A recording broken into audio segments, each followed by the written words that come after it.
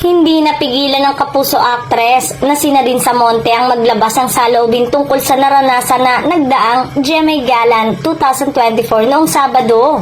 At sa latest episode nga ng Showbiz Update ay naglabas na ng pahayag si Nadine tungkol sa kanyang naging experience. Dito ay inilahad niya kung paano niya nalaman na wala siyang pangalan sa guest list at wala rin siyang assigned seat sa mga table sa loob ng venue. Paglabas ko kahapon sa event, hindi ko na natapos yung program. My team was so mad. They hugged me when I went up. Umiyak na ako doon, panimula ni Nadine.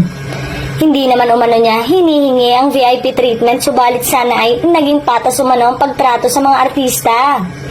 Pagpapatuloy ni Nadine, this gala, nag-prepare ako since last year pa. I prepared, nag-check-in na ako. Last year pa, binook ko na lahat last year pa. And yet, I was not really expecting na matrato ako as VIP, pero I was just wishing na matrato ako fairly lang. Sabi ko, meron po akong show ngayon, yung Forever Young, pero hindi na ini-air.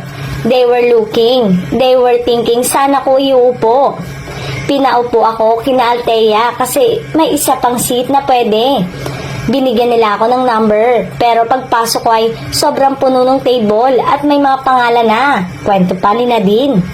Sa uli ay nabigyan naman siya ng lamesa, ngunit solo siya doon at panayang lapit sa kanya ng ibang mga kasamahan sa industriya para tiyakin kung okay siya. Sa kabila ng nangyari ay nanaygang pangunawa sa aktres at nagpasalamat pa rin sa kanyang home network, pero sana ay mas naging maayos ang organizer sa susunod.